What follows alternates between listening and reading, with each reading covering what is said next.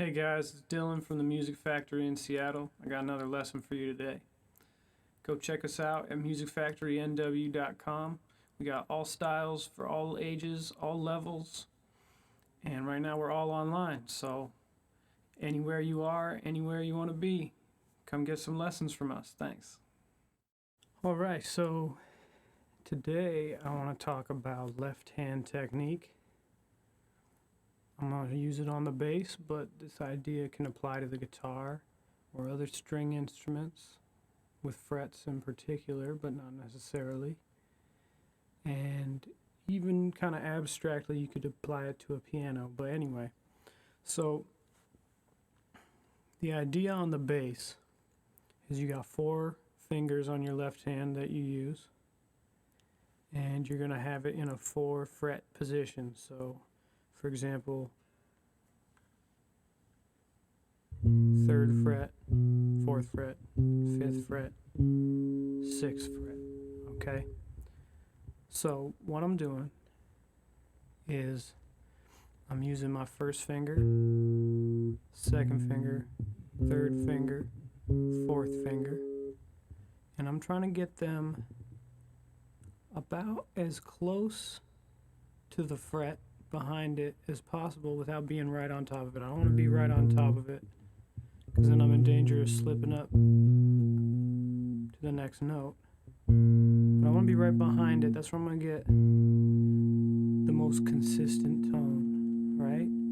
So it seems then that I'm telling you to be able to stretch like this, right? But we don't want that. That's really uncomfortable. It's hard on your hand, especially when you get down on these really low frets, right? And the cool thing about electric bass is it's a really fluid instrument, right? So we want this to be, we're looking for relaxed in our left hand, and really in our whole body, but we're talking about left hand right now. So we're looking for relaxed, okay? And so the way you can achieve that is through these little, I call them micro shifts.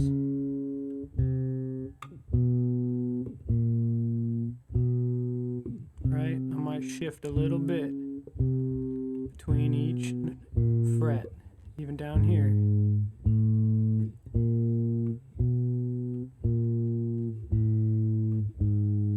Okay? So I'm getting my fingers right up next to the frets.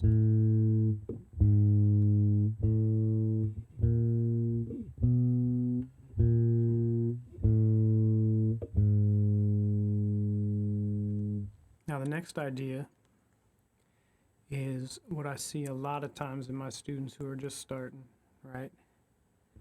Is these flying fingers, right?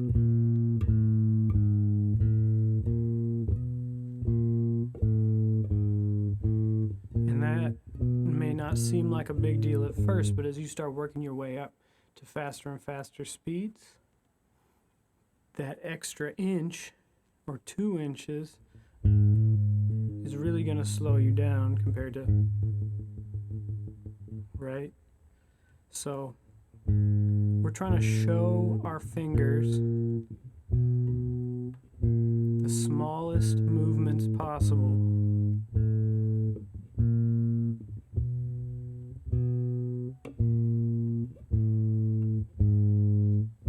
And now that might take going really slow at first. Just going really, really slow. If you're paying attention and being aware, and your fingers are still flying away, that means you're going too fast, right? So that's the way muscle memory works. We show our muscles what to do, and then they'll be able to repeat them, right? So if they haven't seen that movement yet, they won't be able to repeat it, okay? But as soon as they've seen the movement, they can start repeating it, and then they'll start making it faster and faster and faster on their own. So if you got to go 1 note per minute or whatever, however slow you need to go to show your muscles the most efficient smallest movements possible. Okay, and that's really, and relaxed. The most smallest, efficient, relaxed movements, right? And then again, those are going to speed up over time. Okay. Now the other idea is as I go up to my higher fingers, second finger, third finger, fourth finger, I want the fingers behind it still touching the string. Okay? So as I go back down, these guys lift up. But when I'm on my second finger, my first finger is still helping my second finger, still touching the string, helping my second finger to do the work, right? Now I got 3 fingers working. Now I got 4 fingers working. Your fourth finger and your third finger are weaker than your first 2 fingers. So that's why we want that extra support. Start with that really slow so you can show your fingers those really, really precise, efficient movements, okay? And then once they're starting to feel comfortable, you put it on a metronome. This is 50 BPM, and I could do quarter notes. I'm just going 1, 2, 3, 4, up 1 fret at a time.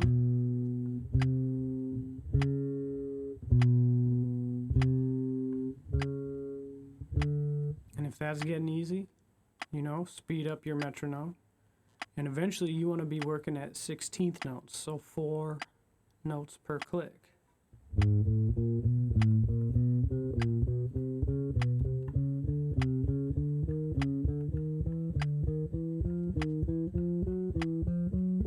Back down.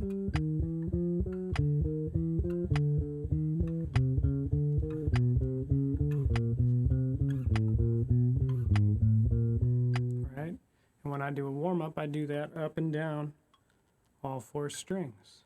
And then you could do 1, 2, 3, 4. You could do 4, 3, 2, 1. There are 24 different permutations. 3, 4, 1, 2. Right? Let's start working with that, and your left hand's going to be flying in no time. All right. Well, I'll see you guys next time. Thanks.